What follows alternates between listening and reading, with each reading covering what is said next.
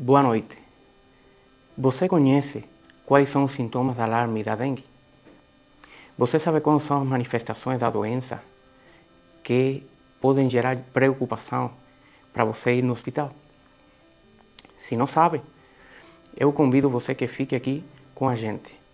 Como já falamos, o nosso canal tem o intuito de cuidar da sua alma com a palavra de Deus e cuidar do templo do Espírito, que é o nosso corpo, com cuidado para a nossa saúde.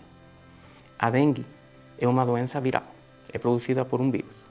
Esse vírus tem 4 sorotipos. O que quer dizer? Que o mesmo vírus ele tem 4 variantes diferentes. Uma pessoa é infeccionada por um desses vírus e geralmente fica protegida para esse vírus para toda a vida. Mas fica exposta às outras 3 variantes que ainda essa pessoa não pegou. A outra coisa que é importante falar é a transmissão da doença. A transmissão da doença é pelo mosquito Aedes aegypti. Tem outros Aedes que podem também transmitir a doença, mas geralmente o Aedes aegypti no nosso meio é o mais frequente. O que acontece? O mosquito ele pica uma pessoa que está infeccionada, que está doente. E quando depois pica uma pessoa que está sadia, transmite a doença para essa pessoa. Temos que falar que a dengue, a maioria dos casos são assintomáticos, não tem sintoma a pessoa. Só perto do 20% das pessoas são as que manifestam algum sintoma. Então, podem ver que não sempre a pessoa padece a doença. Vamos falar um pouquinho sobre o leque de sintomas que pode ter a doença da dengue. Primeiro, temos a dengue clássica. É a dengue mais habitual que aconteça. A dengue clássica geralmente pode ter febre, a febre pode ser alta, pode chegar até 40, geralmente 2, 3 dias e logo passa, não tem mais febre. Às vezes pode chegar até 7 dias, mas é muito raro que passe disso. Pode ter cefaleia, dor de cabeça e um sintoma muito importante que temos que ligar já a alarme como possibilidade de que seja uma dengue é dor retroocular. Quando você mexe os olhos para os lados e começa e apresenta dor atrás dos olhos, é um sintoma de grande probabilidade que seja dengue, embora que tem outras doenças que podem produzir esse sintoma também. Da mialgia, que é dores musculares. Geralmente, dor muscular na parte baixa das costas.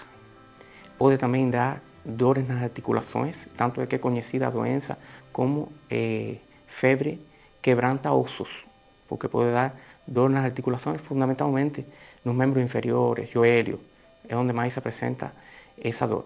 Também pode dar óleo vermelho, no 3º, 4º dia da doença, pode aparecer um rash no corpo, não sempre aparece, mas é um sintoma bastante específico que faz a gente pensar em dengue. Não é específico também não dela, tem muitas outras doenças que podem dar rash também.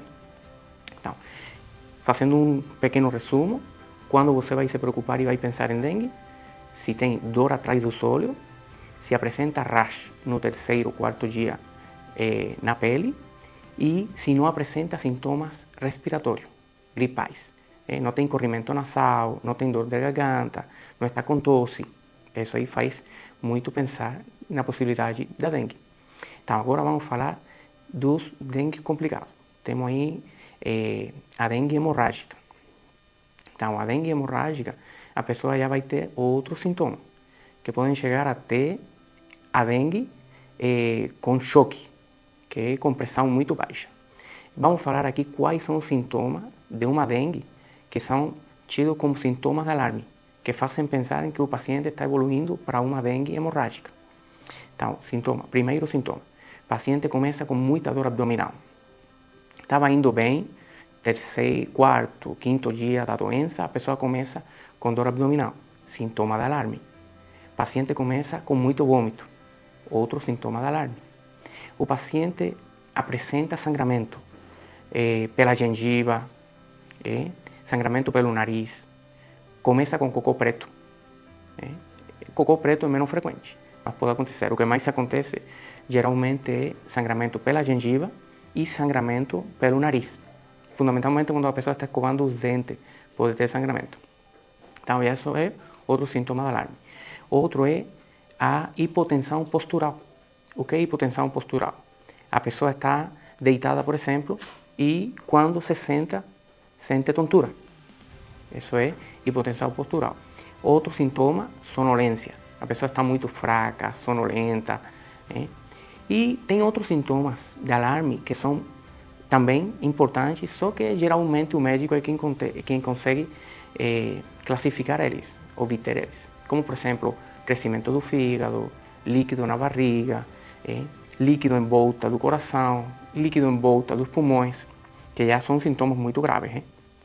Então, até aí, estamos falando de uma dengue complicada, mas ainda não é choque por dengue. O que vai definir a choque por dengue?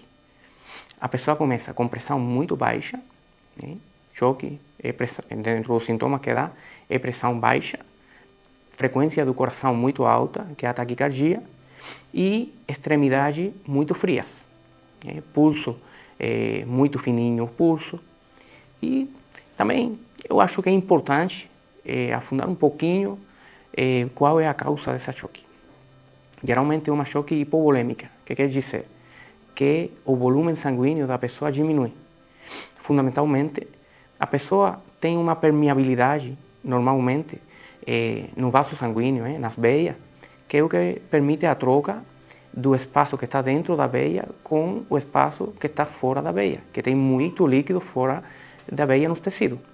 E normalmente isso aí é uma troca que é limitada, não é total, porque o vaso sanguíneo ele tem que manter um equilíbrio e manter geralmente 5 litros de plasma, que é o que ele tem. O que acontece? As perdas por essa troca vão sendo maiores. O líquido começa a sair, porque se atinge a doença, a permeabilidade do vaso sanguíneo, o líquido começa a sair e não volta a entrar. Então a pessoa vai perdendo o líquido, o plasma que tem no corpo, que deve estar dentro do vaso sanguíneo.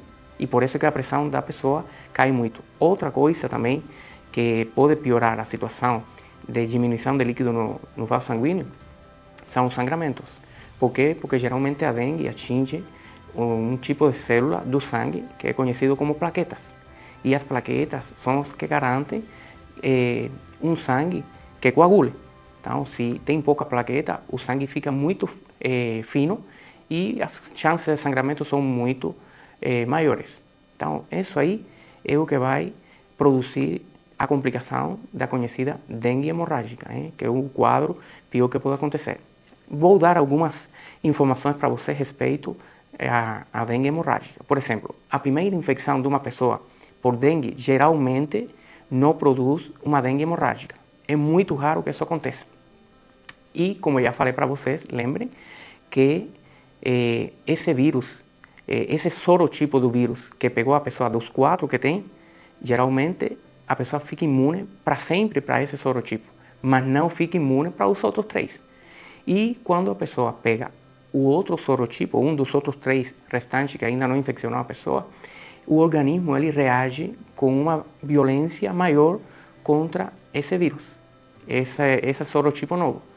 E é a causa, geralmente, de que a dengue, a segunda vez que a pessoa apresenta dengue, seja muito mais grave do que a primeira. Olha, sempre não acontece assim. A maioria das pessoas não faz, embora que seja a segunda, terceira infecção, não faz dengue hemorrágica. Não é tão frequente assim. Mas tem uma chance maior a cada infecção que a pessoa tenha de ter uma dengue mais complicada.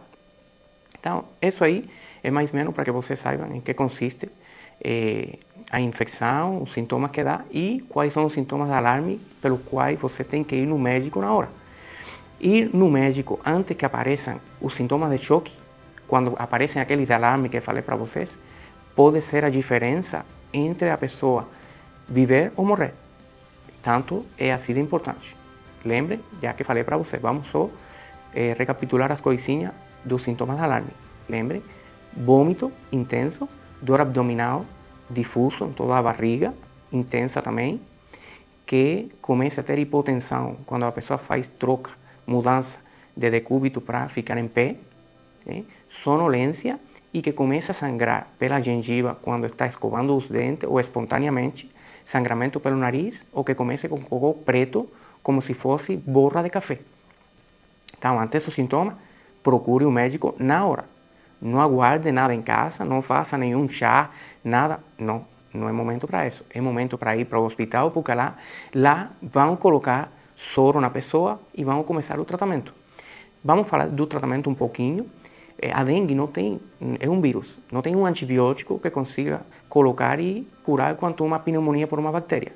Então, a dengue, o tratamento é sintomático, mas que seja um tratamento sintomático não quer dizer que não seja importante.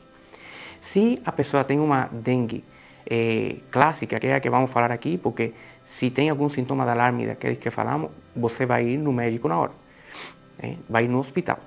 Então, se é uma dengue clássica, o que você tem que fazer para evitar que essa dengue complique?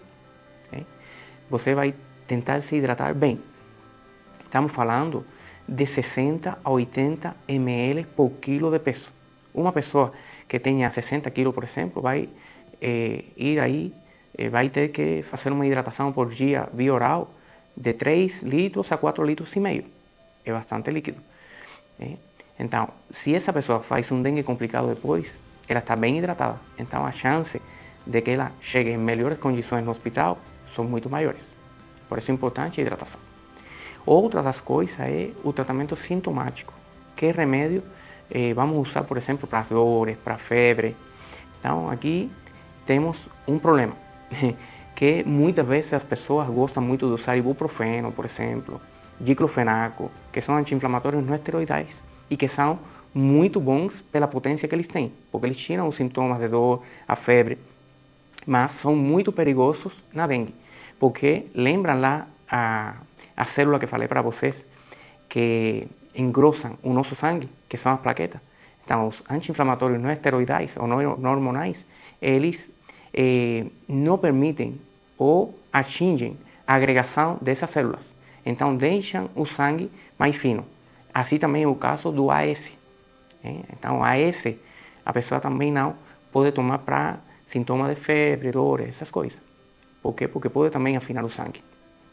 Outra das questões aqui que é importante é, por exemplo, dipirona, pode usar, paracetamol, pode usar, não tem problema, são remédios que pode usar. Mas já você sabe, se tem sintomas de gripe, parece uma gripe, mas não teve catarro, não tem dor de garganta, tem dores musculares, fundamentalmente nas costas, dor no joelho, dor atrás do sólio, tente evitar os anti-inflamatórios não esteroidais, como que falei já. Então, isso aí é algo que pode fazer diferença entre ter uma dengue mais grave ou menos grave, o remédio que você vai usar. Então, já falando do tratamento que devemos fazer, vamos falar um pouco como evitar a dengue. Então, as medidas que podemos ter para evitar a dengue, fundamentalmente, vão direcionadas para atingir o mosquito. Então, em casa, temos que evitar, eu sei que você já viu isso várias vezes em comerciais, promoções da televisão, mas não é demais reforçar aqui. Tentar evitar águas paradas em casa, pneus com água, latinhas com água. Por quê? Porque o Aedes aegypti tem um mosquito que geralmente é da cidade e ele gosta de água limpa. Então, ele não anda por aí procurando água suja, senão água limpa. E a maioria do foco do mosquito acontece dentro de casa ou no quintal de casa. Então, ter o quintal de casa bem arrumado, bem organizado, é o primeiro passo para evitar a doença. Também a pessoa, se vai para um lugar de grande circulação de mosquito, usar repelente pode ajudar a evitar ser contagiado. E a última coisa que foi introduzida recentemente foi a vacina. Não tinha vacina da dengue. Em 2024, aqui no Brasil, foi começado o esquema de vacinação. É a vacina tetravalente, então ela cobre as 4 cepas do vírus. Tem uma efetividade de perto de 80%, é bastante, é uma vacina bastante boa. Não é a vacina ótima, mas é uma vacina boa. E ela também ajuda a evitar as formas graves da dengue. É feita em 2 aplicações. Uma aplicação no momento e outra 3 meses depois da primeira aplicação. E uma pessoa que já esteve infeccionada alguma vez pela dengue, não tem contraindicação e pode usar também a vacina. Então, aí deixei para vocês um resumo das coisas que eu achei mais importantes respeito à dengue para que você cuide da sua saúde. E caso apresente algum dos sintomas que falamos de alarme, que procure o seu médico na hora e não perca o tempo de ficar em casa fazendo outros tratamentos que não vão funcionar e que podem tirar talvez a oportunidade de você de ter uma evolução melhor da doença. Se você gostou do conteúdo que a gente faz aqui, eu convido você que deixe um like no vídeo, se inscreva no canal, compartilhe o conteúdo que acaba de assistir, para que outras pessoas também possam conhecer o canal e possam ser abençoados. Deus abençoe.